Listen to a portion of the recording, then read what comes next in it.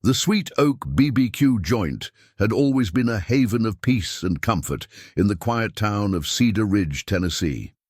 Tommy Parker was just like any other 12-year-old boy who loved spending time at his father's favorite restaurant, savoring the smoky aroma of barbecued ribs and listening to the gentle hum of country music.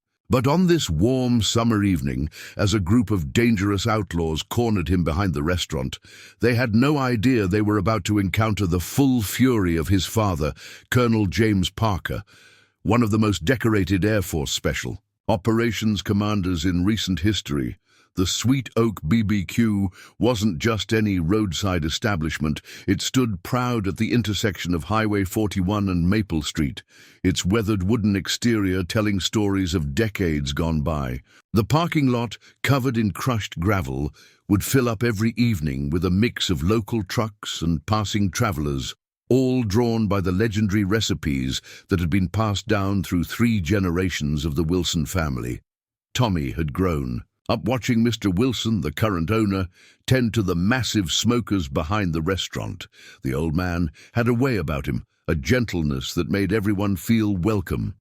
He'd often slip Tommy an extra piece of cornbread or a sample of his latest sauce experiment, treating the boy like one of his own grandchildren. The restaurant had become more than just a place to eat. It was a second home. Most evenings, Tommy would sit at their usual corner booth, homework spread across the worn wooden table, waiting for his father to return from his business trips.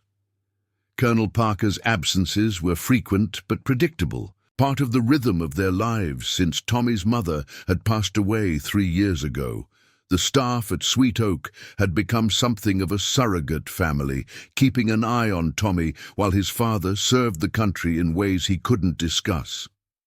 Tommy had inherited his father's quiet demeanor and observant nature. He wasn't the type to draw attention to himself, preferring to watch and learn from the sidelines. His teachers often remarked on his maturity, how he seemed older than his 12 years.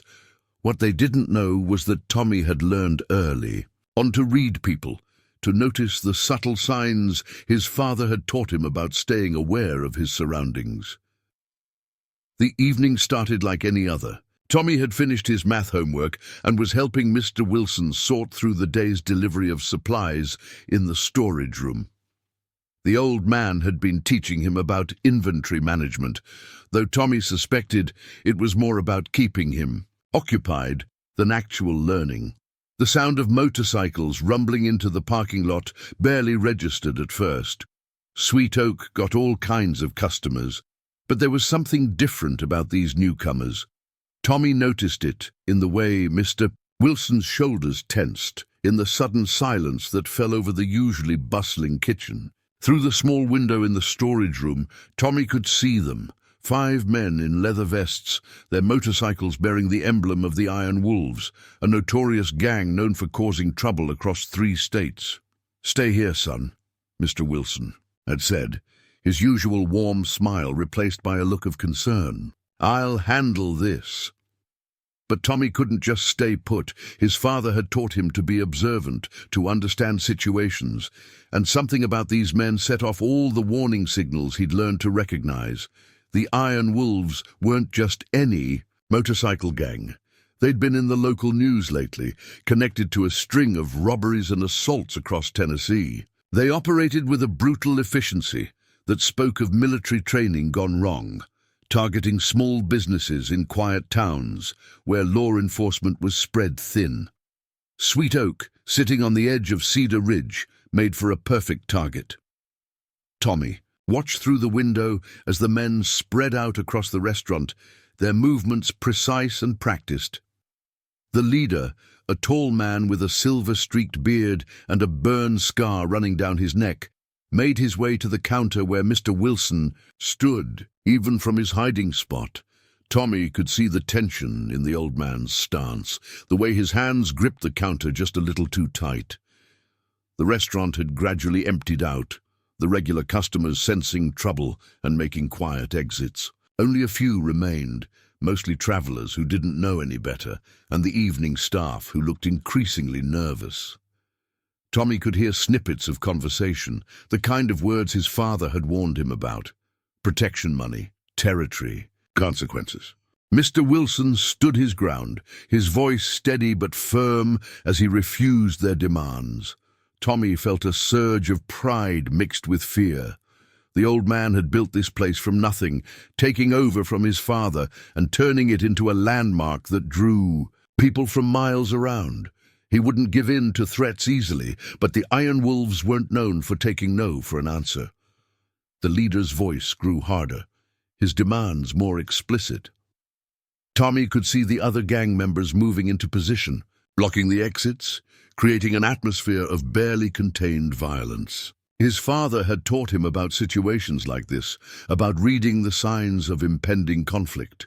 Tommy knew he should stay hidden, should wait it out, like Mr. Wilson had told him. But something inside him, perhaps the same instinct that drove his father to serve, wouldn't let him stand idle. He needed to do something to help somehow. His father had always said that courage wasn't about not being afraid. It was about doing what needed to be done, despite the fear. With trembling hands but a determined heart, Tommy pulled out his phone. His father had made him memorize certain numbers, contacts to use in emergencies, but before he could dial, a shadow fell across the storage room door. One of the gang members, a younger man with tattoos covering his arms, had noticed the light coming from under the door. Tommy's heart raced as he heard the heavy boots approaching. He quickly tucked his phone into his pocket and looked around for another exit. But the storage room was a dead end. The door creaked open, and the tattooed man's eyes locked onto him with predatory interest. "Well, what do we have here?" the man called out, his voice carrying enough to alert his companions. "Looks like old Wilson's been hiding something from us." Tommy stood his ground, just as his father had taught him. Show no fear, even when your heart is pounding so hard you think it might burst. The sound of more boots approached, and Tommy knew his situation had just gotten much more complicated. What had started as a normal evening at his favorite BBQ joint was about to turn into something very different. What the Iron Wolves didn't know, what they couldn't possibly understand, was that they weren't just dealing with any 12-year-old boy. They were about to learn a harsh lesson about the bonds between fathers and sons and the consequences of threatening a military family. Cedar Ridge had always been one of those quintessential southern towns where everyone knew everyone else, where Friday night football games were community events and where the biggest excitement usually came from the annual county fair. Nestled in the rolling hills of eastern Tennessee, the town had grown around the old railway station, its streets lined with mature oak trees that provided welcome shade during the sweltering summer months. Sweet Oak BBQ sat at the heart of it, all a testament to the town's enduring spirit.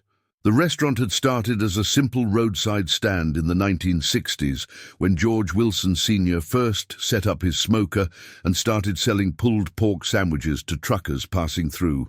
Over the years, it had grown into a local institution, the kind of place where deals were made, celebrations were held, and traditions were passed down through generations.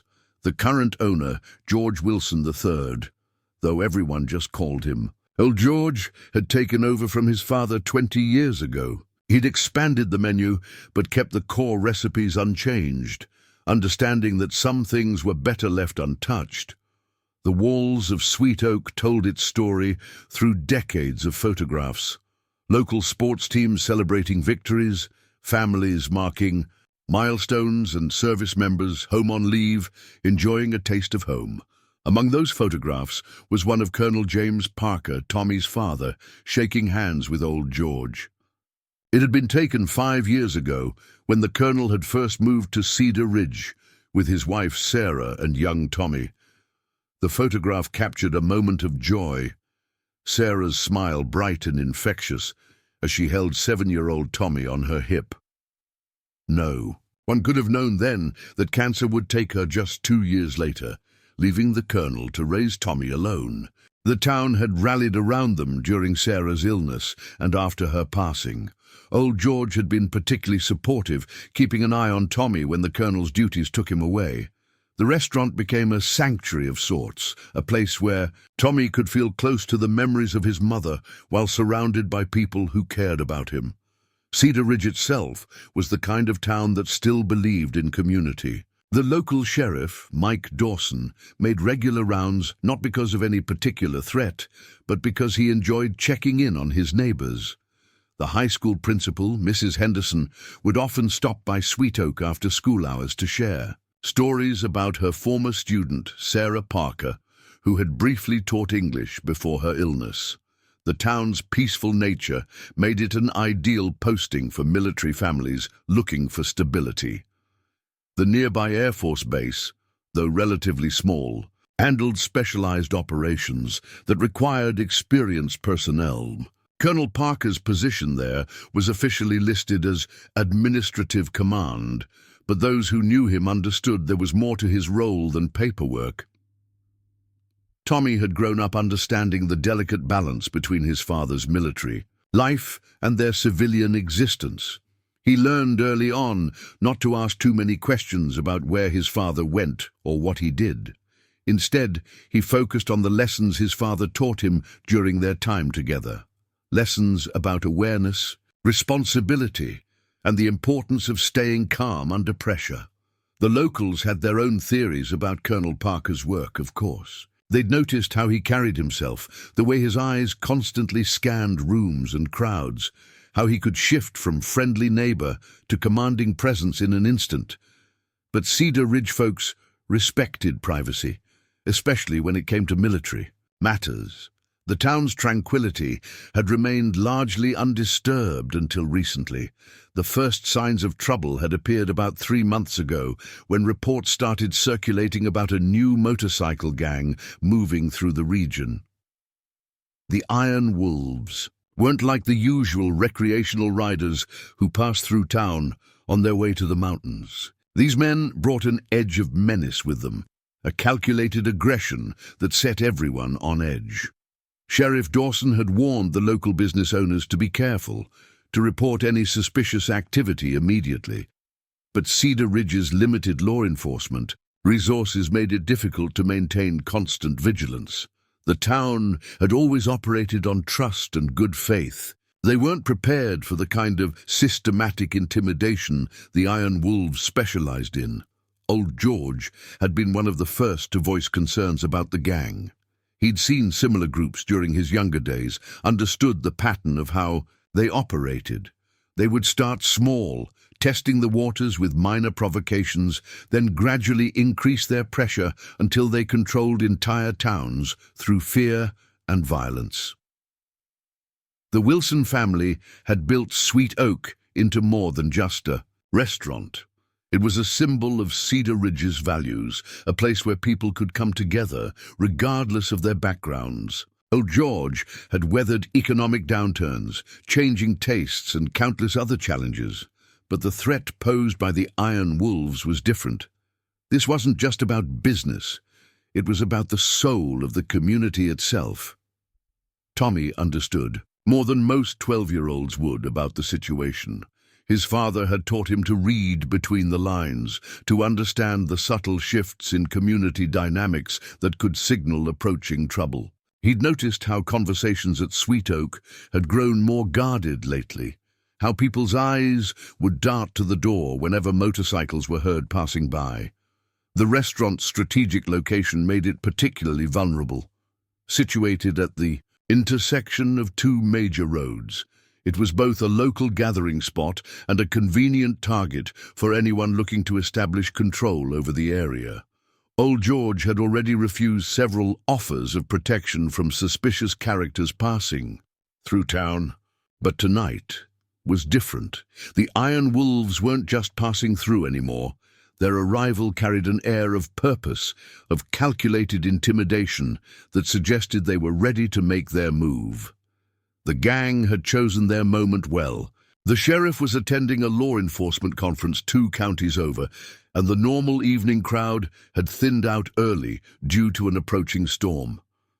The restaurant's warm, inviting atmosphere had transformed in minutes. The usual sounds of friendly conversation and clinking plates had been replaced by an oppressive silence, broken only by the heavy footsteps of the gang members as they positioned themselves throughout the building.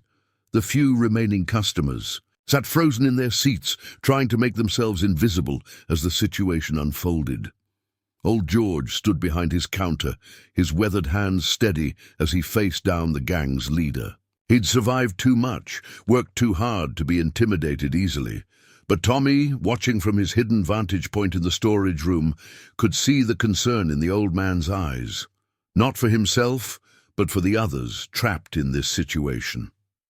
The evening air had grown thick with tension, the approaching storm adding to the ominous atmosphere. Lightning flickered in the distance, illuminating the parking lot where the gang's motorcycles stood in a menacing line. Inside Sweet Oak, the stage was set for a confrontation that would shatter Cedar Ridge's peaceful existence and force a young boy to draw upon everything his father had taught him about courage, duty, and the true meaning of strength. Colonel James Parker's life had always been marked by precision and discipline, traits that had served him well throughout his 20-year Air Force career.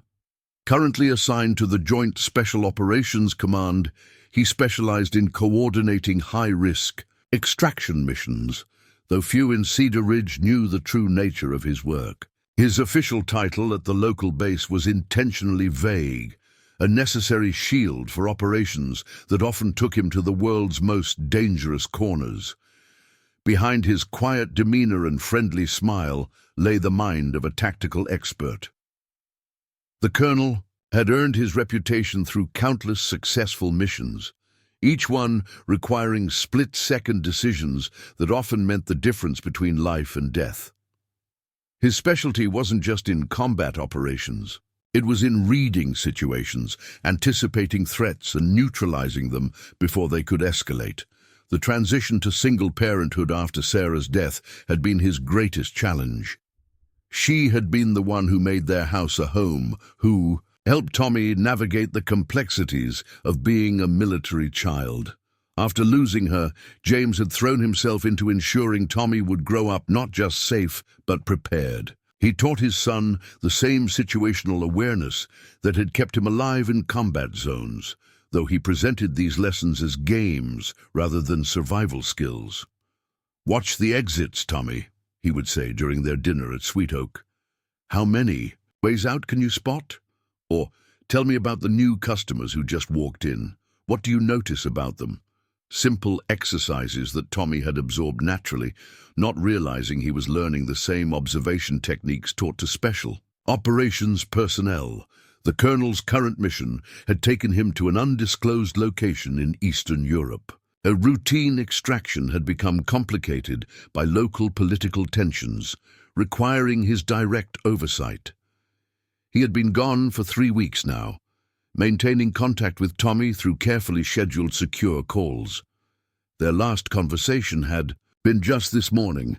"Everything okay at home, son?" he had asked, his voice slightly distorted by the secure line. "Yes, sir," Tommy had replied, using the formal address his father preferred during these calls. "Mr. Wilson's been teaching me about the restaurant business.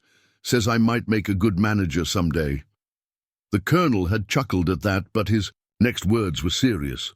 "Remember what we talked about, Tommy. Stay alert, trust your instincts, and if anything feels wrong, call the numbers you gave me. I know, Dad. Those emergency contacts weren't just random phone numbers. They connected to a network of former special operations personnel living in the surrounding counties, people the colonel trusted with his life, and more importantly, with his son's life. It was a safety net he had carefully constructed, understanding that his work sometimes made his family a potential target. James Parker had enemies, people who would love to find leverage against him. It was why he kept his position quiet, why he maintained the facade of a simple administrative officer. Only a select few knew that he had been instrumental in some of the most significant covert operations of the past decade.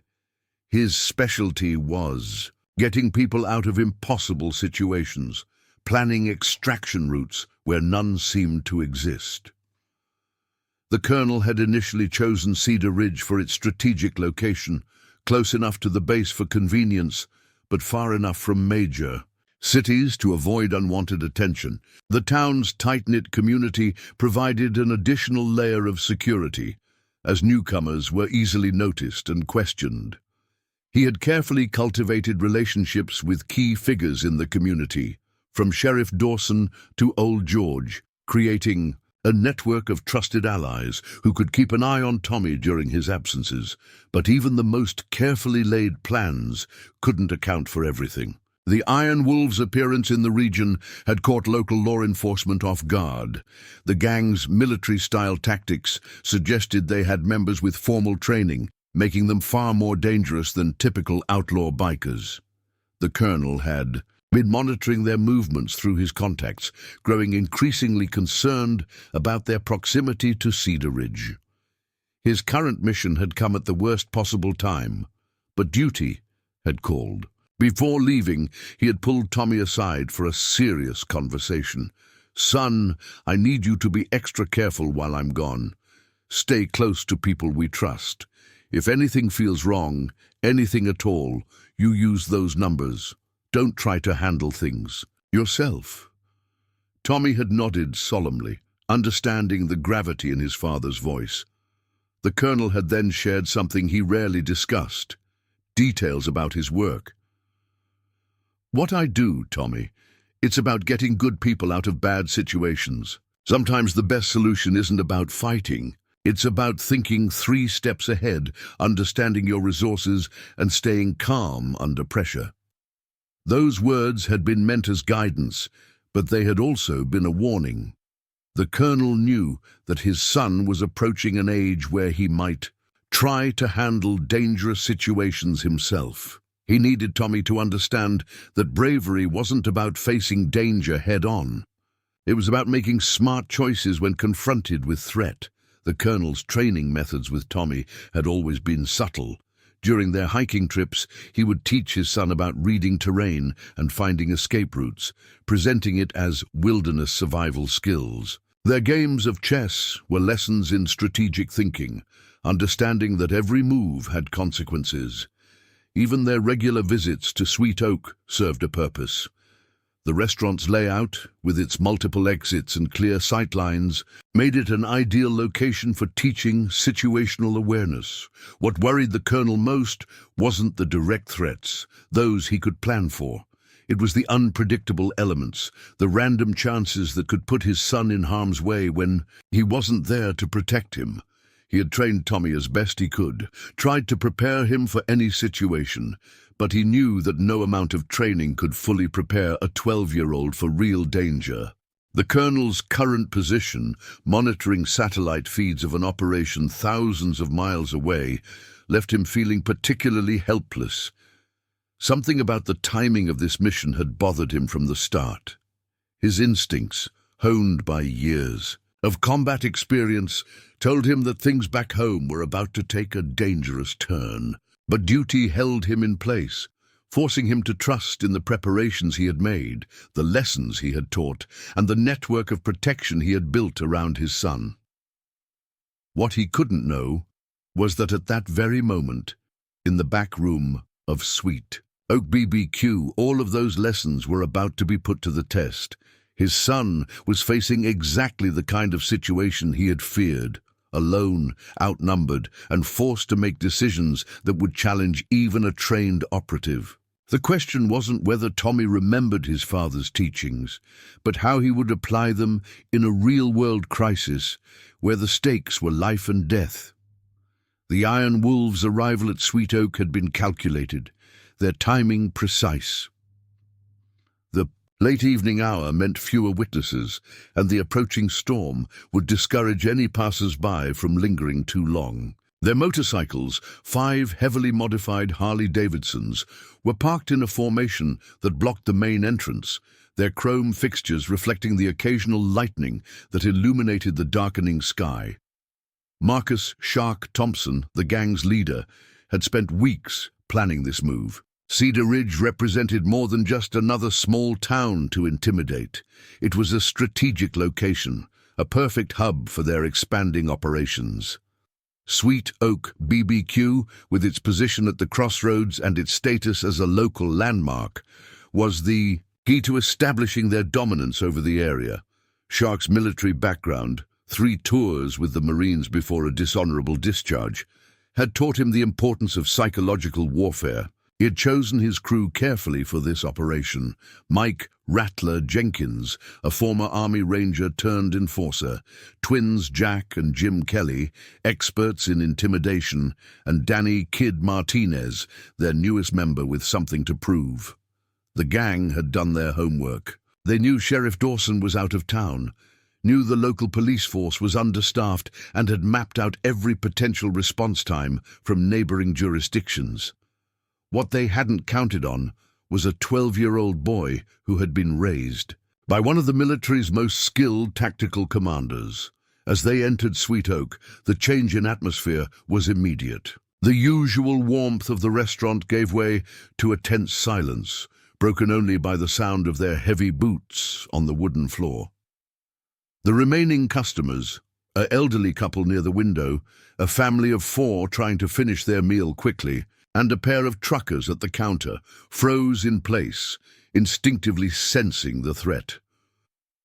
Old George stood his ground behind the counter, his expression neutral, but his eyes alert. He had dealt with troublemakers before, but something about these men was different. Their movements were too coordinated, their presence too practiced. This wasn't random intimidation, this was a planned operation. "Evening, folks," Shark called out, his voice carrying a false friendliness that made it even more menacing. "Hope we're not interrupting anything important." His scarred face twisted into what might have been meant as a smile, but looked more like a predator baring its teeth. The gang spread out with practiced efficiency. The Kelly twins positioned themselves near the exits, while Rattler moved to control the space between the dining area and the kitchen. Kid Martinez, eager to prove himself, began a slow patrol of the perimeter, which led him to discover the storage room where Tommy was hidden. Old George watched their movements with growing concern. He had received warnings about the Iron Wolves from other business owners in neighboring towns. They didn't just demand protection money, they took over completely, using legitimate businesses as fronts for their illegal operations. His restaurant, with its strategic location and steady cash flow, would make a perfect base for their expansion. "What can I do for you, gentlemen?" Old George asked, his voice steady despite the tension. He kept his hands visible on the counter, remembering advice from his military customers about dealing with potentially dangerous situations. Shark leaned against the counter, his leather vest creaking with the movement. The Iron Wolves patch on his back depicted a snarling wolf with steel fangs, surrounded by mechanical gears, a symbol that had come to represent terror across 3 states. "Well, now that you mention it," Shark drawled, "we've been hearing good things about this place. Thought it might be time to discuss a business proposition." His voice carried the hint of a threat beneath its casual tone. "Way I see it, you could use some protection in these uncertain times." The remaining customers began to move quietly toward the exits, but the Kelly twins' presence made it clear that no one was leaving until the gang had finished their business. The family with children huddled closer together, the parents trying to shield their kids from the growing tension. Old George's reply was diplomatic but firm. "I appreciate the offer, but we've been managing just fine on our own for 3 generations. Don't see any reason to change that now." Shark's false smile faded slightly. "Things change, old man. World's getting more dangerous every day. Be a shame if something happened to this nice place of yours." He ran a finger along the counter's polished surface. "Fires, accidents, all sorts of bad things can happen to a business." The threat hung in the air like smoke, heavy and acrid. Old George felt his muscles tense, but years of experience helped him maintain his composed exterior. He was about to respond when Kid Martinez's voice cut through the tension. "Boss, got something interesting back here." All eyes turned to the storage room entrance, where Martinez emerged with a firm grip on Tommy's arm. The boy wasn't struggling, but his eyes were alert, taking in every detail of the situation just as his father had taught him. Shark's expression shifted from mild annoyance to interested curiosity. Well, what do we have here?" He pushed away from the counter and moved toward Tommy, his boots echoing on the wooden floor. "Didn't know you were hiding anyone back there, old man." Old George felt his heart rate spike. He had promised Colonel Parker he would look after Tommy, had given his word that the boy would be safe at Sweet Oak.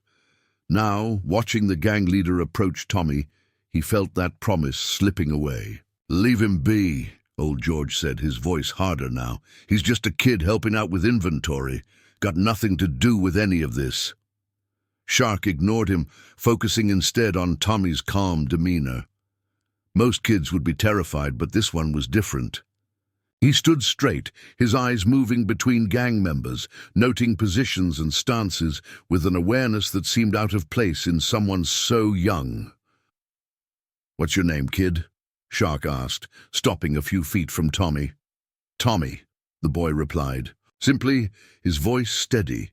He was scared, his racing heart proved that, but his father's training was kicking in. Stay calm, assess the situation, look for opportunities. Something about the boy's composure bothered Shark. He had seen that kind of awareness before, in combat zones and training camps. This wasn't just some kid caught in the wrong place at the wrong time. There was more to this story, and Shark intended to find out what it was. The storm outside was getting closer, thunder rolling across the sky in waves that seemed to shake the building's foundations. The lights in Sweet Oak flickered briefly, casting momentary shadows that made the scene even more ominous.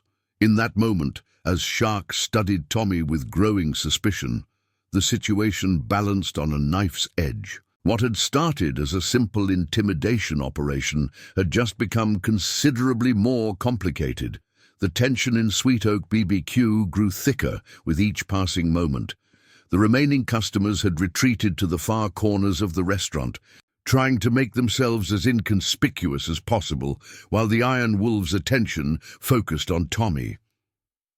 The storm outside intensified, rain now pelting against the windows in sheets, creating an eerily appropriate backdrop to the unfolding situation. Shark circled Tommy slowly, studying him with the calculating eyes of someone who had spent years sizing up potential threats. Something about the boy's demeanor didn't fit. Most kids his age would be crying, begging, or trying to run. But Tommy stood his ground, his eyes constantly moving, taking in details that most adults would miss. "You're awful calm for someone in your situation, kid," Shark observed, his voice carrying a dangerous edge. "Most people get nervous when they meet us, especially children." He emphasized the last word, watching for any reaction. Tommy remained silent, remembering his father's lessons about interrogation. Don't volunteer information. Stay quiet unless you have to speak. Every word you say gives them something to use against you. His eyes caught old George's worried expression, noted the positions of the other gang members, mapped the distance to the nearest exit. "Not much of a talker, are you?" Shark continued, moving closer. "That's okay. We've got plenty of time to get to know each other." He turned to old George, his scarred face twisted in a mock smile. "Maybe the kid can help convince you about our business proposition." Old George's hands gripped the counter so hard his knuckles turned white. "This is between us," he said, his voice strained but firm. "Leave the boy out of it." Kid Martinez, still holding Tommy's arm, tightened his grip slightly. "Boss, something ain't right about this one. The way he keeps watching everything reminds me of those special ops types we used to see overseas." Shark's eyes narrowed at that observation. He had noticed it too, the way Tommy tracked movements. How he maintained awareness of everyone's positions. These weren't the actions of a typical 12-year-old. These were trained behaviors. "Who's your father, kid?" Shark demanded suddenly, his casual demeanor dropping away. "What does he do?" Tommy met his gaze steadily. "He works at the Air Force base," he replied simply, giving away nothing more than what was publicly known. The Kelly twins exchanged glances. They had done reconnaissance on the area, knew about the base, but hadn't paid much attention to the military personnel stationed there. Most were admin staff or support crews, nothing that would concern them. But this kid's behavior suggested something else entirely. Rattler, who had been quietly observing from his position near the kitchen, spoke up. "Base personnel files might be worth checking out, boss. If the kid's father is someone important, could be useful leverage." Shark finished the thought, a new plan forming in his mind. Sweet Oak was still their primary objective, but having a military officer's son as insurance could prove valuable. Thunder crashed outside, and the lights flickered again, longer this time. Tommy used the momentary distraction to test Martinez's grip, shifting his weight slightly, gauging the man's reaction time.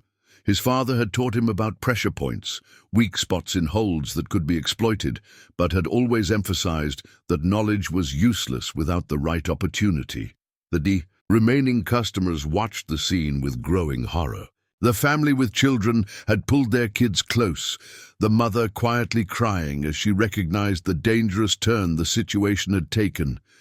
The elderly couple near the window held hands tightly, while the truckers at the counter remained perfectly still, aware that any movement might spark violence. Old George tried again to defuse the situation. "Look, we can discuss your business proposal. Just let the boy go back to his inventory work. He's got nothing to do with any of this." Shark laughed, a harsh sound that carried no humor. "Oh, I think he's got everything to do with this now. Military brat with special ops training. That's not something you find every day." He moved closer to Tommy, his voice dropping to a threatening whisper. "Your daddy teach you those observation skills, kid? What else did he teach you?" Tommy remained silent, his mind racing through scenarios. The emergency numbers his father had given him were useless now. His phone was in his pocket, and any attempt to reach for it would be immediately noticed. He thought about the other lessons his father had taught him, about creating opportunities, about using an enemy's assumptions against them. The storm continued to intensify, wind howling around the building's corners. The old neon sign outside creaked ominously, its light casting intermittent red glows through the rain-streaked windows. The atmosphere inside Sweet Oak had transformed completely from its usual warm comfort to something dark and dangerous. Shark seemed to come to a decision. "Change of plans," he announced to his crew. "Old man, you and I are still going to have our discussion about the future of this establishment, but first—" He turned back to Tommy, his expression hardening. "We're going to have a nice, long chat with our young friend here about his father's work at the base." Old George felt his blood run cold. He had known Colonel Parker long enough to understand that the man's position was more sensitive than it appeared. If these men started asking the wrong questions, the implications were too dangerous to contemplate. The Kelly twins moved to secure the front door, pulling down the blinds to discourage any passing traffic from seeing inside. Rattler maintained his position blocking the kitchen, while Martinez kept his grip on Tommy, though the boy had made no attempt to escape. Tommy's mind worked furiously, processing everything his father had taught him about handling crisis situations. The first rule was to stay calm, to think clearly despite the fear. The second was to observe everything: exits, weapons, potential allies and threats. The third, and most important, was to remember that every situation, no matter how desperate, had a solution if you looked hard enough. The storm outside matched the growing tension within. Lightning flashed again, followed almost immediately by deafening thunder. The lights in Sweet Oak flickered once more, threatening to plunge the entire scene into darkness. In that moment, Tommy realized that the storm might be exactly the opportunity he needed. His father had always said that chaos could be a weapon if you knew how to use it. As Shark moved to continue his interrogation, the true gravity of the situation began to settle over everyone in Sweet Oak. What had started as a simple intimidation attempt had evolved into something far more dangerous. And trapped in the middle of it all was a 12-year-old boy who carried more secrets than anyone realized. Secrets that could put not only his life, but his father's entire operation at risk. The catalyst came in the form of a single devastating lightning strike that hit somewhere nearby, plunging Sweet Oak BBQ into total darkness. The backup generator, old and rarely tested, took several seconds to kick in, creating a moment of pure chaos that changed everything. In that brief window of darkness, Tommy made his move. His father had taught him that opportunity often came disguised as disaster, and he'd been waiting for exactly this moment. Using techniques drilled into him through countless practice sessions with his father, he executed a perfect escape maneuver. From Martinez's grip, driving his elbow back, while simultaneously twisting away.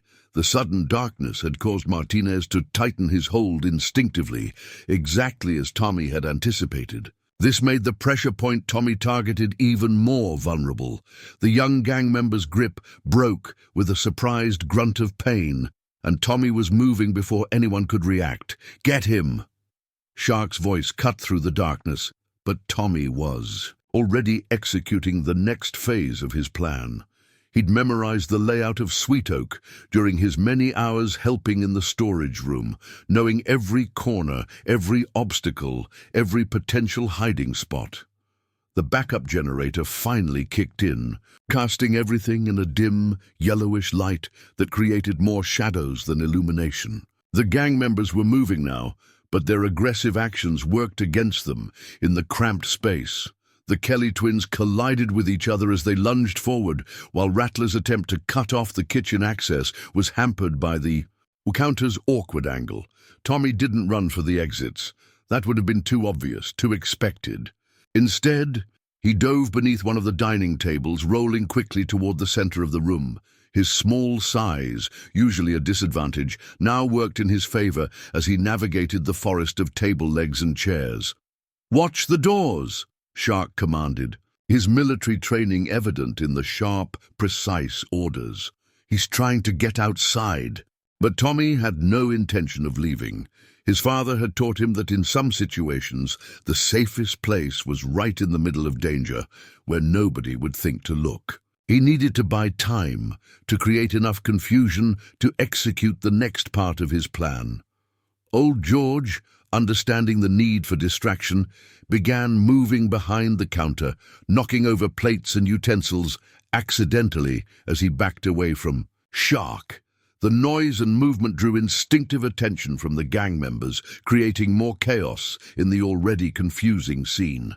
The storm continued to rage outside, wind howling through every crack in the old building. The remaining customers, seeing an opportunity in the confusion, began moving toward the exits. The Kelly twins were torn between stopping them and searching for Tommy, their indecision creating more opportunities for chaos. "Nobody leaves."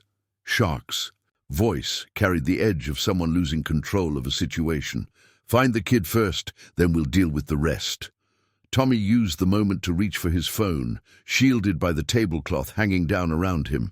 His fingers moved quickly over the familiar emergency numbers his father had made him memorize. He didn't need to see the screen. Muscle memory guided his movements as he typed out a simple coded message. "Sweet Oak, Wolves, now." The message would reach a network of his father's trusted contacts, people positioned throughout the surrounding area specifically for situations like this. The code words would tell them everything they needed to know about the urgency of the situation. Shark, growing increasingly frustrated, knocked over a table in his search. "Come out, kid. You're only making this worse for everyone." His voice carried the dangerous edge of someone unused to losing control of a situation. Tommy stayed perfectly still, controlling his breathing just as his father had taught him. In the dim light, shadows played across the floor as the gang members moved around, their boots visible through the gaps between tables. He tracked their movements, building a mental map of their positions. Old George continued his careful game of distraction, moving pots and pans in the kitchen, creating noise that forced the gang members to divide their attention. The elderly, couple near the window, had managed to slip out during the confusion, and the family with children was inching toward the exit, guided by one of the truckers who had positioned himself to block the Kelly twins' line of sight. Shark's frustration was building visibly. This was supposed to have been a simple operation. Intimidate the owner, establish control, gather information about the military kid as a bonus. Instead, it had devolved into a chaotic scene that was drawing far too much attention. "Boss," Rattler called out, his voice tense, "we need to wrap this up. Too many variables now." But Shark wasn't ready to give up. His pride had been wounded by a 12-year-old boy, and his instincts told him there was something bigger here, something important about Tommy's connection to the base that could be valuable. Tommy used their distraction to move again, sliding silently between tables, staying low and using the shadows created by the dim emergency lighting. He needed to get to the kitchen, not to escape, but to access the restaurant's old dumbwaiter system, a relic from its early days that most people had forgotten about. The dim lighting worked in his favor as he made his way closer to his goal. The gang members were still searching the dining area, their movements becoming more erratic as their frustration grew. The remaining customers had managed to slip away during the chaos, leaving only Old George, the gang, and Tommy in the building. Shark's voice cut through the noise again, this time directed at Old George. "Your little friend's causing a lot of trouble, old man. Might be time to reconsider our business proposition before things get really ugly." Old George stood his ground, understanding his role in buying time. "Seems to me things are already plenty." "Ugly," he replied, his voice steady despite the tension. "Maybe it's time you boys cut your losses and moved on." The suggestion earned a harsh laugh from Shark. "Oh, we're not going anywhere. Not until we get what we came for, and now that includes your little military brat." I've got questions for his father. Tommy, hearing this, knew he had to act fast. His father's contacts would be mobilizing, but he needed to make sure no one got hurt in the meantime. The dumbwaiter would give him access to the building's old service tunnel, a Prohibition-era relic that Old George had shown him during one of their history lessons about the restaurant. The storm continued its assault on Sweet Oak, the old building creaking and groaning under the onslaught. Tommy used these natural sounds as cover for his movement, timing each shift with the thunder and wind. He was almost to the kitchen entrance when a sudden movement from Martinez nearly revealed his position. The young gang member, still smarting from losing his grip on Tommy, had moved to check under a nearby table.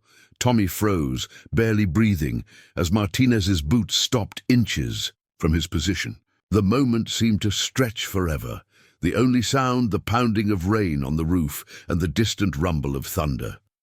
This was the moment that would determine everything.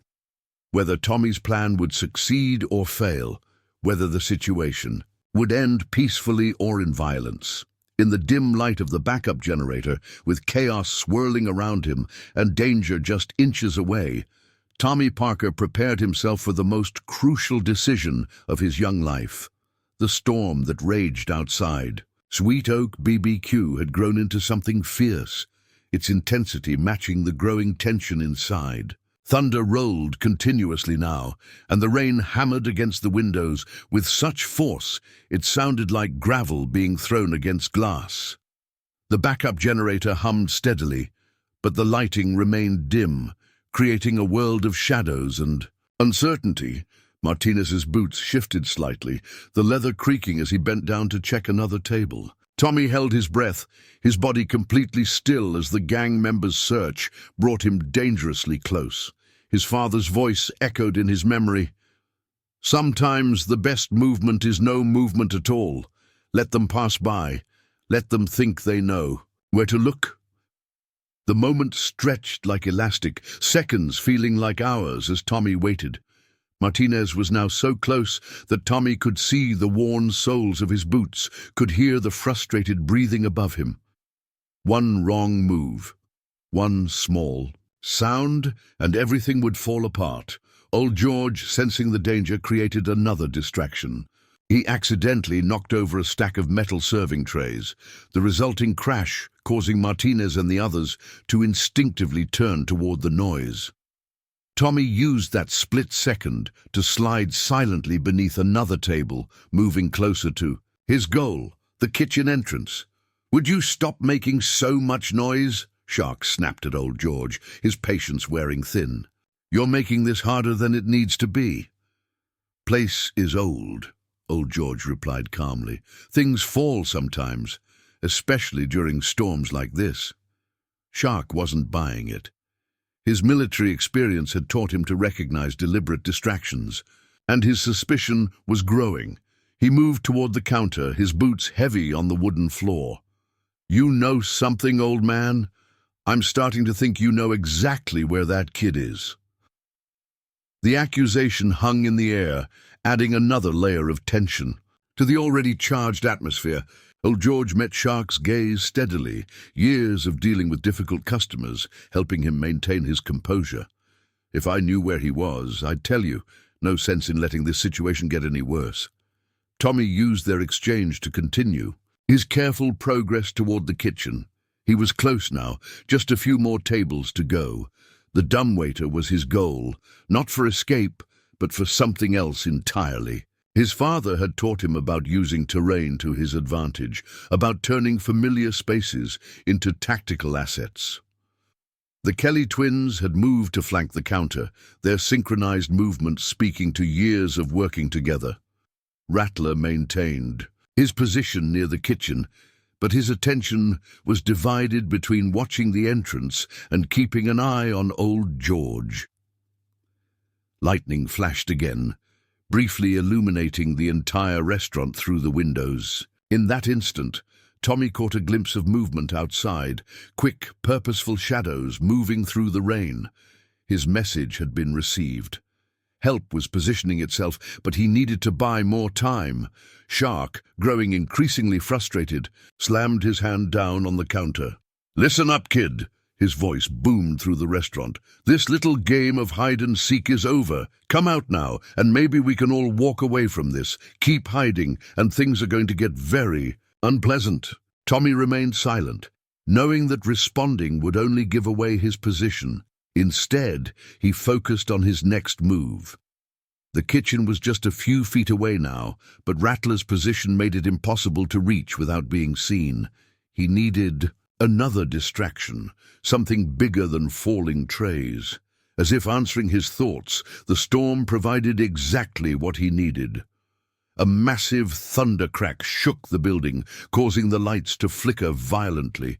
In that moment of uncertainty, Tommy made his move. He rolled from under the last table and through the kitchen entrance, his small size allowing him to slip past Rattler's peripheral vision. "Check the kitchen again," Shark ordered, his voice barely audible over the storm. "He has to be in here somewhere." The kitchen was a maze of stainless steel counters, cooking equipment and storage racks. Tommy moved quickly but quietly, his socks allowing silent movement across the tiled floor. He had removed his shoes earlier, another lesson from his father. About moving stealthily in indoor environments. The dumbwaiter was hidden behind a stack of supply boxes, its ancient mechanism a reminder of the restaurant's long history. Tommy reached it just as footsteps entered the kitchen. Martinez, from the sound of the boots. The young gang member was moving cautiously, checking each possible hiding spot. Tommy slid the dumbwaiter door open as quietly as possible, wincing at the slight creak of old metal. The space was small, designed to carry plates and supplies between floors, but it was perfect for someone of his size. Yet he didn't climb in. That wasn't his plan at all. Instead, he reached into his pocket and pulled out his phone. With quick, practiced movements, he typed out another message to his father's contacts. Rear exit, 3 minutes. Then he placed his phone in the dumbwaiter, closed the door, and used the manual crank to send it up to the 2nd floor. Martinez's footsteps were getting closer. Tommy could hear the others entering the kitchen as well, spreading out to search systematically. They were professionals, their movements coordinated and thorough. But they were searching for a scared kid, trying to hide or escape. They weren't prepared for what Tommy actually had planned. "Nothing here, boss," Martinez called out, his voice closer than Tommy expected. "But there's a lot of places to hide." Tommy moved silently along the back wall, using the shadows and equipment as cover. The old service tunnel entrance was hidden behind a false panel in the storage area, another relic from the building's history that old George had shared with him. But Tommy wasn't planning to use it for escape either. His father had taught him about misdirection, about making your enemy think they knew your plan while you executed something entirely different. The phone in the dumbwaiter, the visible tunnel entrance, these were breadcrumbs, meant to draw attention and resources away from what was really happening. Outside, the storm continued its assault, but now other sounds were mixing with the thunder and rain, distant engines, barely audible, moving into position. Tommy's message had set things in motion, and now everything depended on timing and execution. Shark's voice carried from the dining area, sharp with authority. "Rattler, take Martinez and check upstairs. Twins, watch the exits. Nobody leaves until we find this kid." Tommy allowed himself a small smile in the darkness. Everything was proceeding exactly as he had hoped. The gang was spreading out, dividing their forces exactly as his father had taught him to make an enemy do. Now came the most dangerous part of his plan, the part where he stopped hiding and started fighting back. The lessons his father had taught him weren't just about avoiding danger. They were about facing it intelligently, about using everything at your disposal to change the situation to your advantage. As he heard Rattler and Martinez heading for the stairs and the Kelly twins moving to cover the exits, Tommy Parker prepared himself for the next phase of his plan. The real game was about to begin. The storm's intensity had reached its peak, transforming the world outside Sweet Oak BBQ into a chaotic blur of wind and rain. Inside, the backup generator continued its steady hum, casting long shadows that danced across the walls as Tommy put his plan into motion. He had spent countless hours in this kitchen, learning its rhythms and secrets while helping old George, and now that knowledge was about to pay off. The sound of boots on the stairs told him that Rattler and Martinez had taken the bait, heading up to search for him based on the movement of the dumbwaiter. The Kelly twins were positioned at the exits, and Shark remained in the dining area, likely keeping an eye on old George. The gang's forces were now split, exactly as Tommy had intended. With practiced silence, Tommy moved toward the industrial refrigerator. His father had taught him that successful tactics often relied on using the environment to your advantage. The massive stainless steel unit, with its powerful compressor motor, would provide perfect cover for what he needed to do next. The kitchen's layout was a maze of preparation stations, cooking equipment, and storage areas. Tommy knew every inch of it, had memorized the locations of all the pipes, electrical panels, and gas lines, not because he planned to use them as weapons, but because his father had taught him that knowledge of infrastructure could be crucial. In any tactical situation, his hand found the main electrical panel hidden behind a stack of supplies. With careful movements, he began implementing the next phase of his plan. The backup generator was old, its circuits delicate. A few strategic adjustments would create exactly the kind of confusion he needed. Upstairs, Rattler and Martinez were discovering Tommy's phone in the dumbwaiter, exactly where he had planted it. He could hear their muffled voices through the ceiling, their tone shifting from triumph to suspicion as they realized the device had been left deliberately. "Boss!" Martinez's voice carried down the stairs. "Found his phone, but something's not right. Kid's playing games with us." Shark's response was immediate and angry. "Keep searching. He has to be up there somewhere. Check every corner, every closet." Tommy allowed himself a small smile as he continued his work at the electrical panel. His father had always emphasized the importance of making your enemy think they understood your plan while executing something entirely different. The phone was just the first piece of misdirection. The storm provided perfect cover for his movements, each thunder crash masking the slight sounds of his adjustments to the electrical system. Years of helping old George maintain the restaurant had taught him exactly how the building systems worked, knowledge that was proving invaluable now. Outside, barely audible over the storm, Tommy could hear the subtle signs of movement. Careful, professional movement that spoke of military training. His father's network was in position, waiting for his signal, but timing would be crucial. Too soon, and the gang would have time to regroup. Too late, and someone might get hurt. The Kelly twins were growing restless at their posts, their synchronized pacing betraying their anxiety. They were enforcers, used to direct confrontation, not this cat-and-mouse game with a 12-year-old boy who seemed to be everywhere and nowhere at once. Old George had maintained his position behind the counter, his calm presence a steady anchor in the chaos. He understood his role in Tommy's plan, to keep Shark's attention divided, to prevent the gang leader from fully focusing on the search. "You know," Old George said conversationally to Shark, "in all my years running this place, I've never seen anyone make such a mess of a simple business proposition." Shark's response was a snarl of frustration. "Shut up, old man. This stopped being about business the moment your little friend decided to play hero." Tommy, listening from his position behind the refrigerator, made the final adjustments to the electrical panel. His father had taught him that victory often came not from direct confrontation, but from controlling the battlefield itself.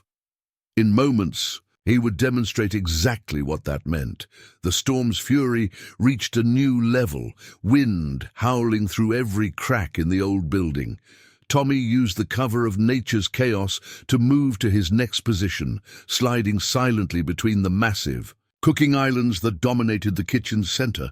Upstairs, Rattler and Martinez were growing increasingly frustrated. Their search had revealed nothing but empty rooms and false leads. The phone they had found contained no useful information, just another piece in a puzzle they couldn't solve. "Kid's too smart for his own good," Rattler muttered, his voice carrying through the ceiling. "Military brat for sure, probably been trained for this kind of thing." They had no idea how right they were. Colonel Parker hadn't just taught his son survival skills. He had taught him to think strategically, to understand that every situation, no matter how dangerous, could be turned to your advantage if you approached it correctly. Tommy reached his final position just as another massive thundercrack shook the building. His hand found the industrial gas valve, one of many systems he had learned about during his time helping in the kitchen. He wasn't going to use it dangerously. His father had been very clear about the difference between tactical advantage and reckless endangerment. The pieces were all in place now. Outside, the storm raged on, providing perfect cover for what was about to happen.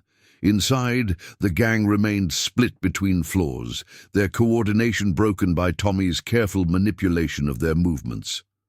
"Boss!" one of the Kelly twins called. From their position at the front door, "Something doesn't feel right. Kid's leading us around by the nose." Shark's frustration was reaching its peak. He had lost control of the situation, and he knew it. What should have been a simple intimidation operation had turned into something else entirely, all because of one 12-year-old boy who refused to behave like a normal hostage. Tommy took a deep breath, steadying himself for what came next. His father had taught him that the most crucial moment in any operation was the transition from preparation to action. Everything had to be timed perfectly, had to flow from one movement to the next without hesitation. The storm outside, the frustrated gang members, the steady hum of the backup generator, old George's calm presence, all of these elements were about to come together in a way that would change everything. Tommy Parker, son of an Air Force Special Operations commander, was about to show the Iron Wolves exactly what happened when you cornered someone who had been trained to turn disadvantage into opportunity. With careful, deliberate movements, Tommy prepared to initiate the final phase of his plan. The next few moments would determine whether his strategy succeeded or failed, whether the situation ended peacefully or in violence. In the dim light of the backup generator, surrounded by danger but completely in control, he waited for exactly the right moment to act. The culmination of Tommy's plan began with a single, precisely timed action. As another massive thunderclap shook the building, he executed a series of quick movements at the electrical panel, causing the backup generator to surge and then fail completely. Sweet Oak BBQ plunged into total darkness, except for the occasional flashes of lightning through the windows. "What the hell?" Shark's voice cut through the darkness, followed by the sound of multiple boots moving in confusion. The sudden loss of power had disrupted the gang's coordinated movements, exactly as Tommy had planned. Upstairs, Rattler and Martinez were immediately at a disadvantage. The second floor was windowless, leaving them in complete darkness. Their footsteps became hesitant, uncertain in the unfamiliar space. Tommy could hear them cursing as they tried to navigate back toward the stairs. "Nobody move!" Shark commanded, his military training evident in his attempt to regain control of the situation. "Twins, keep those exits covered. Martinez, Rattler, get back down here." But Tommy was already moving to the next phase of his plan. In the darkness, he reached for the gas lines he had carefully adjusted earlier. He wasn't going to create any danger, just the illusion of it. A careful turn of the valve sent the distinctive odor of gas wafting through the kitchen area. The effect was immediate. The Kelly twins, still at their posts by the exits, noticed the smell first. "Boss!" one of them called out, alarm evident in his voice. "We've got a gas leak." The darkness and the perceived threat of gas created exactly the kind of controlled chaos Tommy had been aiming for. He could hear the gang members moving with increased urgency, their coordination further deteriorating as they dealt with multiple threats they couldn't see. Old George, understanding his role perfectly, added to the confusion. "The storm must have damaged something," he called out, his voice carrying just the right note of concern. "This building's old. Gas lines aren't what they used to be." Tommy used the distraction to move silently through the kitchen, making his way toward the rear of the building. His sock-covered feet allowed silent movement across the tile floor, while the gang members' boots betrayed their every step. Outside, barely audible over the storm, multiple vehicles were moving into position. Tommy's earlier messages had brought his father's network of contacts exactly where they needed to be. Now, they were just waiting for the final signal. Shark was trying desperately to maintain control of the situation. "Everyone stay calm," he ordered, but the edge in his voice betrayed his own uncertainty. "Kids trying to panic us. Rattler, Martinez, get down here and find the gas main." But the darkness and the smell of gas had created a primal kind of fear that was difficult to control. The gang members' movements became more erratic, their professional coordination giving way to basic survival instincts. "This is crazy, boss," one of the Kelly twins said, his voice tight with anxiety. "Place could go up any minute. We need to get out." Tommy allowed himself a small smile in the darkness. His father had taught him that fear was often more effective than force when it came to controlling a situation. The gang's confidence was crumbling, their tactical advantage disappearing in the face of unseen threats. A sudden flash of lightning illuminated the scene for a brief moment, revealing the gang members' positions. Shark was still near the counter, one hand gripping the surface as if to steady himself. The Kelly twins had moved away from their posts at the exits, drawn by the perceived danger of the gas leak. Rattler and Martinez were making their way down the stairs, using their phones for light. Tommy used their distraction to implement the final phase of his plan. With quick, practiced movements, he reached the rear exit security panel. Another system he had learned about during his time helping at the restaurant. A few careful adjustments, and the building's emergency systems would do exactly what he needed them to. The storm's fury provided perfect cover for what came next. As another massive thundercrack shook the building, Tommy triggered the emergency. Systems. Suddenly, multiple things happened at once. The emergency sprinklers activated, drenching everyone inside. The fire alarm began its deafening wail, and the emergency exits burst open, their automatic systems responding to the perceived threat. The effect was chaos, but controlled chaos. Exactly what Tommy had planned for. The gang members, already on edge from the darkness and the smell of gas, reacted instinctively to the new threats. Water rained down from above. The fire alarm's screech made communication impossible, and the open exits created rushing winds that added to the confusion. "Out! Everybody out!" Shark's voice was barely audible over the cacophony. The gang's disciplined control had finally broken completely, replaced by the basic human instinct to escape perceived danger.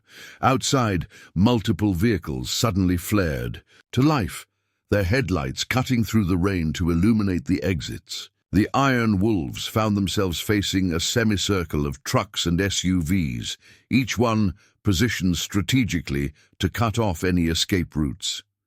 In the glare of the headlights stood several figures, men with military bearing and determined expressions, all members of Colonel Parker's extensive network. Tommy had orchestrated every element perfectly. The gang members, rushing out to escape what they thought was a deadly combination of gas and water, instead found themselves surrounded by professionals who knew exactly how to handle the situation. "Federal agents!" A voice boomed through the storm.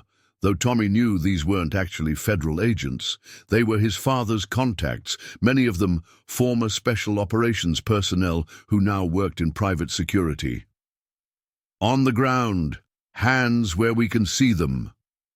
The Iron Wolves, their confidence shattered by Tommy's carefully orchestrated series of events, offered no resistance. Even Shark, realizing how completely he had lost control of the situation, slowly raised his hands in surrender. Inside Sweet Oak, Tommy finally emerged from his position in the kitchen. He made his way to old George, who had remained remarkably calm throughout the entire operation. The old man looked at him with a mixture of pride and amazement. "Your father teach you all that?" old George asked, gesturing at the chaos Tommy had created. Tommy nodded, a small smile playing at his corners of his mouth. "He always says, the best victory is the one where you never have to throw a punch." The sound of boots on gravel announced the arrival of actual law enforcement. Sheriff's deputies from the neighboring county, responding to calls from concerned citizens who had seen the strange vehicles gathering near Sweet Oak. They would find everything well in hand, the Iron Wolves already subdued by Colonel Parker's network of friends. Tommy's plan had worked perfectly. He had used everything his father had taught him, about strategy, about using the environment to your advantage, about controlling the battlefield without direct confrontation. But most importantly, he had protected the people and places he cared about, without resorting to the violence the Iron Wolves had tried to bring to Cedar Ridge. In the aftermath of the chaos at Sweet Oak BBQ, the storm gradually began to subside, as if nature itself recognized that the danger had passed. The parking lot filled with law enforcement vehicles, their red and blue lights mixing with the occasional lightning that still flickered across the sky. The Iron Wolves, thoroughly subdued and obviously shaken, were being processed by deputies from 3 different counties. Sheriff Dawson had arrived from his conference as soon as he'd received word of the situation, his truck throwing up sheets of water as he pulled into the parking lot.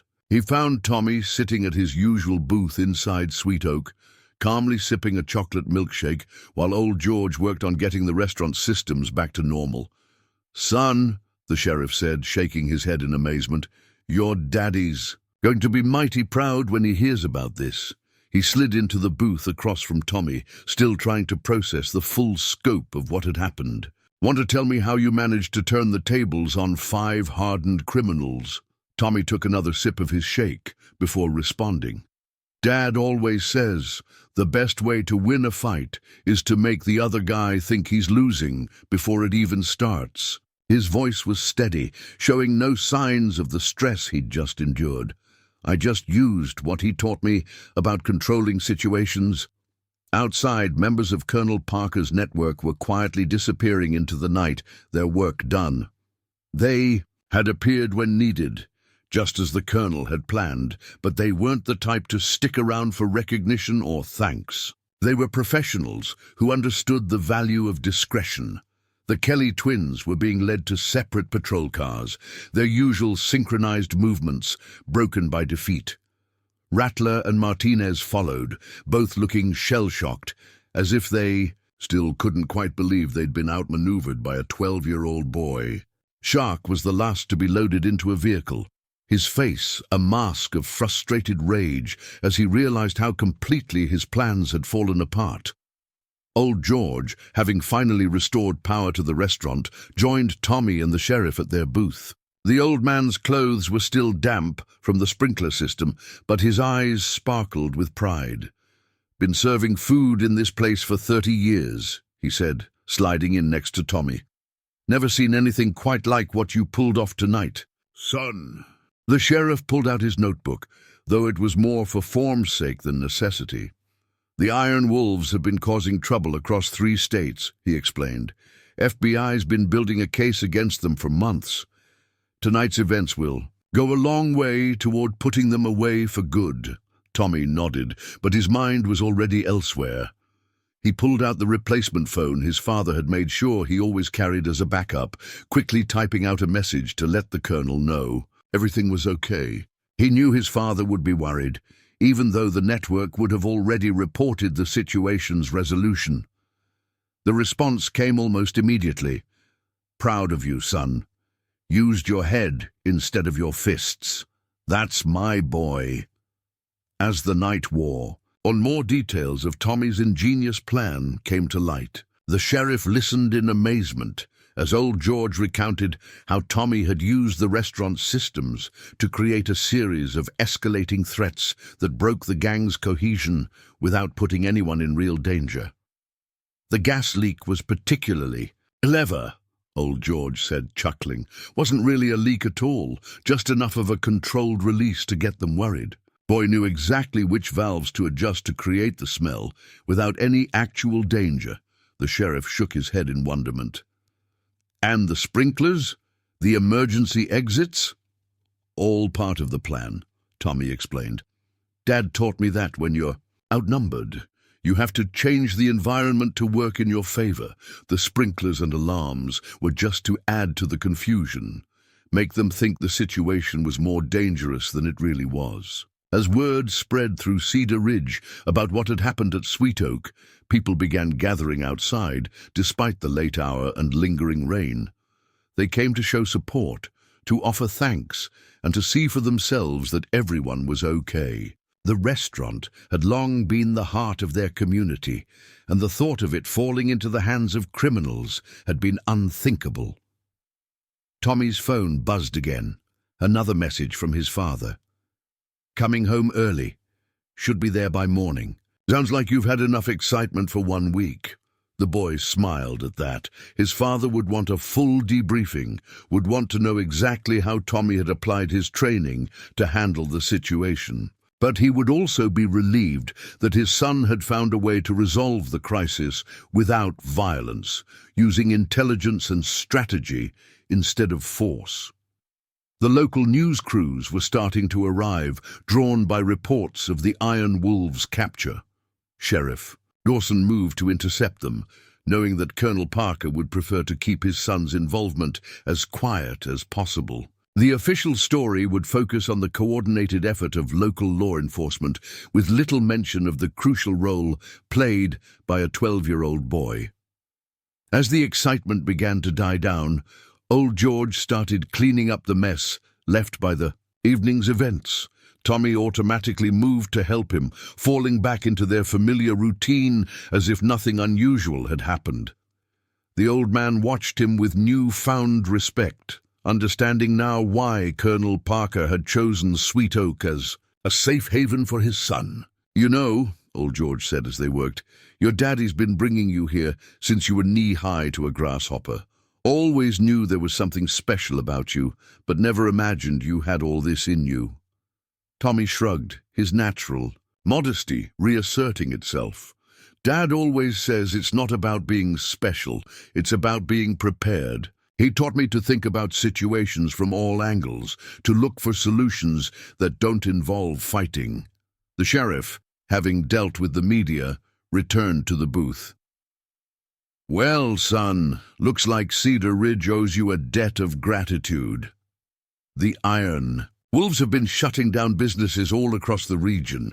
What you did tonight probably saved more than just Sweet Oak." But Tommy wasn't interested in recognition or praise. Like his father, he understood that the best operations were the ones that remained quiet, that achieved their objectives without drawing attention. He was content knowing that he had protected something important, not just the restaurant, but the sense of safety and community that made Cedar Ridge special. As the last of the patrol cars pulled away, taking the Iron Wolves to face justice, Tommy finally began to feel the exhaustion setting in. The adrenaline was wearing off, leaving him tired but satisfied. He had faced a serious threat and had handled it exactly as his father had trained him to do, with intelligence, preparation, and careful execution. Old George, seeing the boys' fatigue, started preparing a fresh batch of his special hot chocolate. It was a familiar ritual, one that spoke of normalcy returning after the chaos. Tomorrow, Sweet Oak would open as usual, serving breakfast to its regular customers as if nothing had happened. But something had changed. The town had seen firsthand that sometimes the most effective protectors were the ones you least expected. The storm had finally passed completely, leaving behind a clean, rain-washed night. Tommy sat in his usual booth, sipping his hot chocolate and waiting for morning, when his father would return. He had proven himself worthy of the training he had received, had shown that even a 12-year-old boy could make a difference when he kept his head and applied what he had learned. Cedar Ridge would remember this night for years to come, though the full story would never be widely known. And in Sweet Oak BBQ, a new photograph would soon join the collection on the wall, a simple shot of a boy and his father sharing a meal in their favorite booth, their quiet smiles holding secrets that only they would fully understand. Colonel James Parker arrived at Sweet Oak BBQ just as the sun was rising over Cedar Ridge. The storm had cleared, leaving behind a pristine morning sky and air that felt cleaner somehow, as if the night's events had washed away more than just dust and debris. He found Tommy exactly where he expected, in their usual booth, finishing what appeared to be his breakfast, with old George keeping watchful company. The colonel paused in the doorway, taking a moment to study his son. To most observers, Tommy looked like any other 12-year-old boy enjoying his pancakes, but James could see subtle signs of fatigue around his eyes, the slight tension in his shoulders that spoke of recent stress. Still, the boy's posture remained alert, his eyes automatically scanning the room even as he ate, habits that had been carefully ingrained through years of training. "Morning, son," the colonel said quietly, sliding into the booth across from Tommy. Old George quietly excused himself, understanding that father and son needed some time alone. The colonel waited until the old man was out of earshot before continuing. "Want to tell me exactly what happened here last night? Tommy met his father's gaze steadily, something that had always set him apart from other children his age. "They came in looking to take over Sweet Oak," he began, his voice calm and methodical. "5 of them, the Iron Wolves gang. Their leader, Shark, had military training. They were organized, professional." The colonel nodded, noting with approval how his son started with the essential tactical information. "And you decided to take them on by yourself?" "Not exactly," Tommy replied, choosing his words carefully. "I remembered what you taught me about controlling the battlefield, about making the enemy fight on your terms instead of theirs." He proceeded to explain his strategy. The calculated use of the restaurant systems, the carefully orchestrated series of events that had led to the gang's surrender. James Parker listened intently, his face revealing nothing, but internally he felt a surge of pride. His son hadn't just memorized his lessons, he had understood them, had applied them creatively to a dangerous situation. "The gas leak was a nice touch," he commented when Tommy finished. "Psychological warfare at its finest. I knew it would. Work on them," Tommy explained. "They were too professional to panic over the dark or the sprinklers alone, but the smell of gas changed everything, made them think the situation was out of their control." The colonel leaned back, studying his son with new eyes. He had always known Tommy was special, had seen the potential in him from an early age. It was why he had started the training, teaching him through games and casual conversations about situational awareness, tactical thinking, and crisis management. But this was the first time Tommy had needed to apply those lessons in a real-world situation.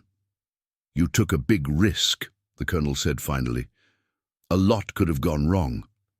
Tommy nodded, acknowledging the truth in his father's words. "I calculated the risks, just like you taught me. I knew your network was close by. I made sure of that before I made any moves, and I had backup plans for every stage." Old George returned with coffee for the colonel and a fresh glass of milk for Tommy. "Your boy's something special, James," he said, setting down the drinks. "Kept his head the whole time, never lost his cool. Reminded me a lot of you, actually." The colonel accepted the coffee with a nod of thanks, but his attention remained focused on his son. "Walk me through your thinking," he said, "from the beginning. I want to understand every decision you made." For the next hour, Tommy detailed his experience, explaining each choice, each tactical decision. He described how he had used his knowledge of Sweet Oak's layout and systems, how he had manipulated the gang's expectations and used their professional training against them. The colonel listened intently, occasionally asking for clarification, but mostly letting his son tell the story in his own way. "The hardest part," Tommy admitted, "was waiting for the right moment to start. I knew once I began, everything had to happen in the right sequence. The timing had to be perfect." The colonel nodded approvingly. "Patience in combat situations is crucial. You waited until you had all your pieces in place before making your move." "That's exactly right." As they talked, the regular morning customers began filtering into Sweet Oak. Many paused to greet them, their eyes lingering on Tommy with newfound respect.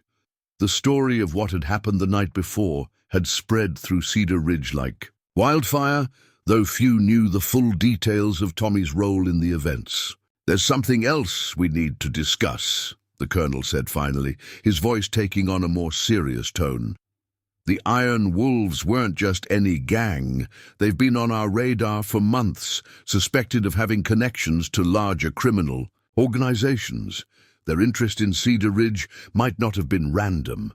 Tommy absorbed this information quietly, understanding its implications. "Because of your work?" he asked. Though it wasn't really a question, the colonel nodded. "Possibly. We'll need to be more careful from now on. What happened last night showed that our security protocols are effective, but it also revealed our presence here." Yet even as he spoke about increased security measures, James Parker felt a deep sense of satisfaction.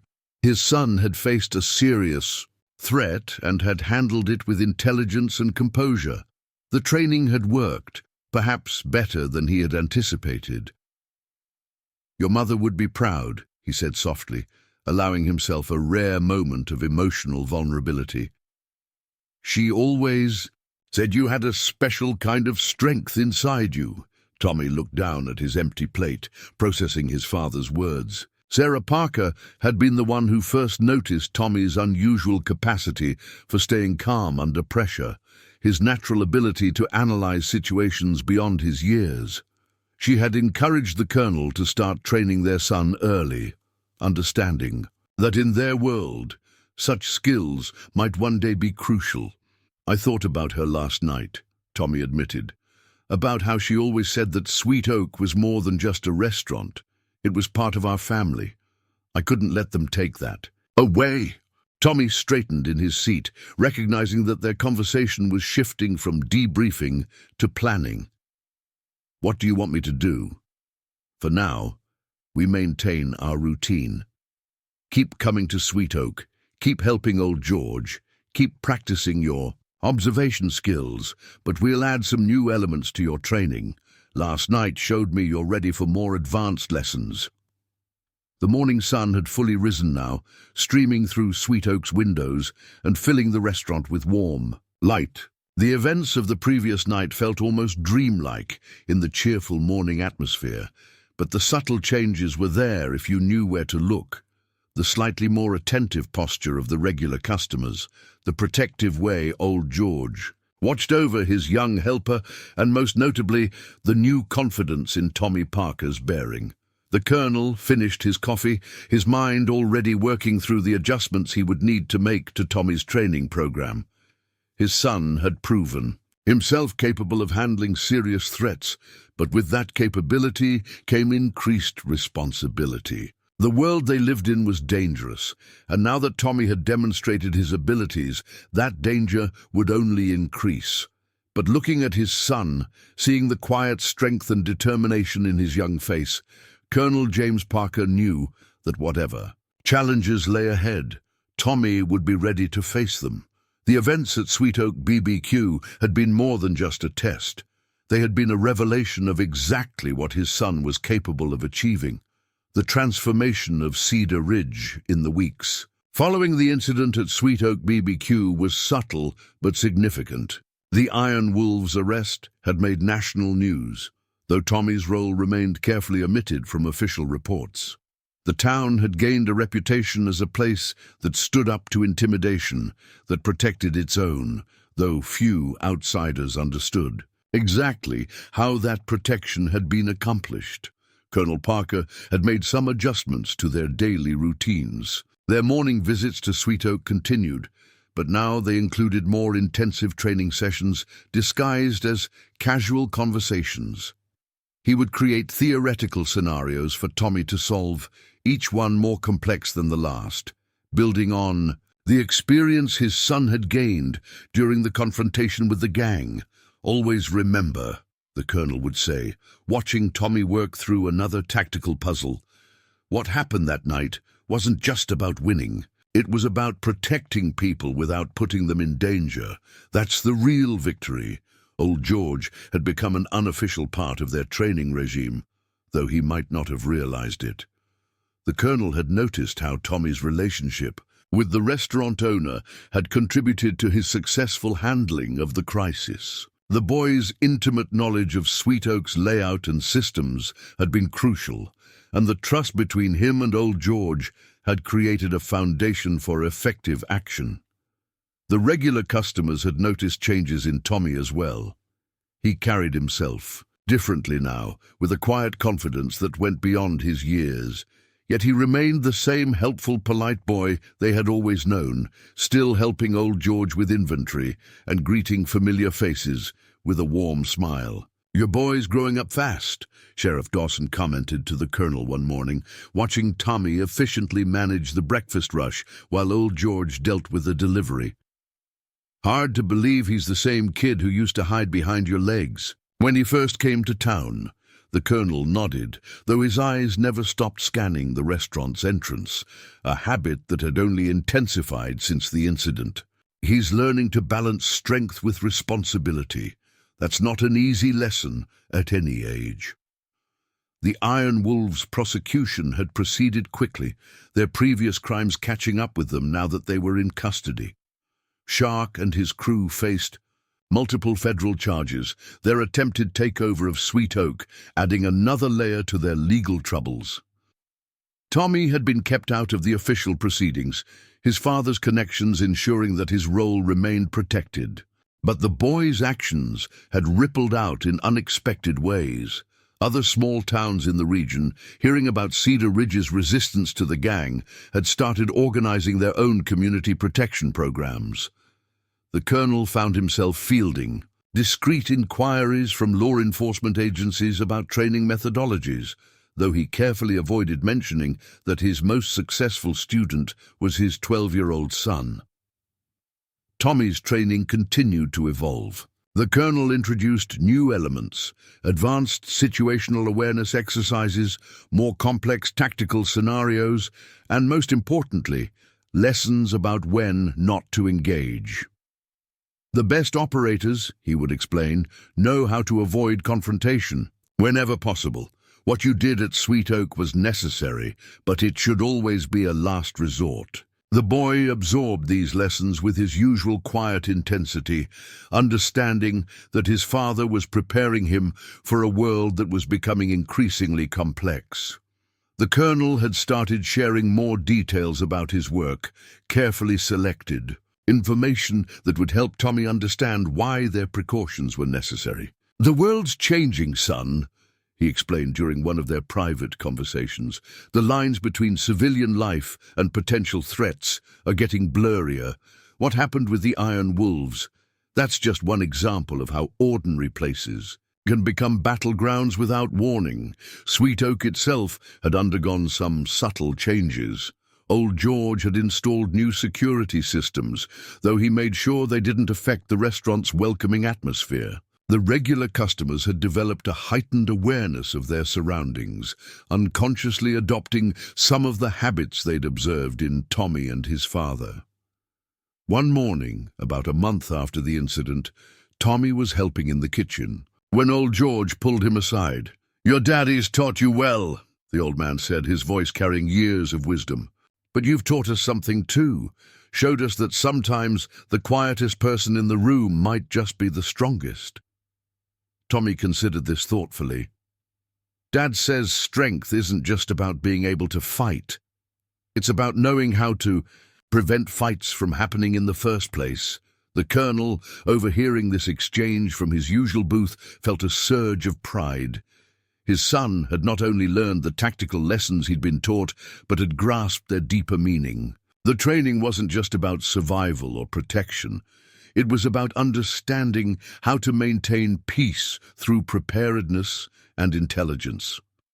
The morning crowd at Sweet Oak had started to thin out when Sheriff Dawson arrived with some news. The FBI had uncovered evidence that the Iron Wolves' interest in Cedar Ridge hadn't been random. They had been acting on information about military personnel in the area, though they hadn't known exactly who they were looking for. "Seems like they bit off more than they could chew," the sheriff commented, watching Tommy efficiently clear tables while maintaining his usual awareness of the restaurant's entrances and exits. "Came looking for military targets and ran into a 12-year-old who outsmarted their whole operation." The colonel absorbed this information with his usual calm demeanor, but internally he was already adjusting his plans.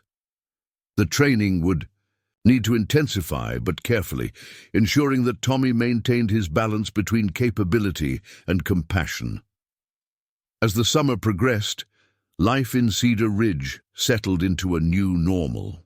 Sweet Oak continued to serve as the heart of the community, its reputation now enhanced by the events of that stormy night. Tommy's role in those events remained a quiet secret, known only to a select few who understood the true significance of what had happened. The colonel watched his son navigate this new reality with pride and a touch of concern. Tommy had proven himself more capable than anyone had expected, but with that capability came increased responsibility. The world they lived in was dangerous, And now that Tommy had demonstrated his abilities, that danger would only become more relevant. But looking at his son, confidently moving through his daily routines, while maintaining the awareness and poise that had served him so well during the crisis, Colonel Parker felt a deep sense of satisfaction. Tommy had not only survived a dangerous situation, he had done so with intelligence, strategy, and a concern for others that went beyond mere tactical success.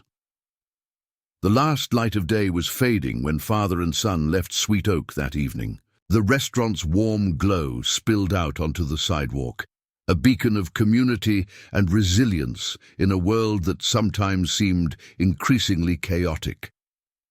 Tommy paused at the door, his hand resting briefly on the frame of the place that had become so much more than just a favorite restaurant. "You know, son," the colonel said quietly, "what happened here wasn't just about stopping bad guys. It was about protecting something important, not just the building or the business, but what this place means to people." Tommy nodded, understanding. Sweet Oak wasn't just a restaurant. It was a symbol of everything they worked to protect: community, friendship, the simple peace of ordinary life. And though he now carried the knowledge and capability to handle extraordinary situations, he had learned perhaps the most important lesson of all: true strength lies not in the ability to fight, but in the wisdom to know how to prevent fighting while standing firm against those who would threaten what matters most.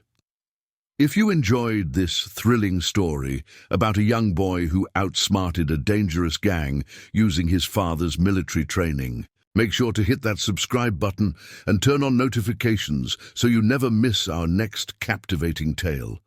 Give this video a thumbs up if you were amazed by Tommy's incredible strategic thinking and bravery at Sweet Oak BBQ. Share it with your friends and family who would appreciate this inspiring story of intelligence triumphing over brute force.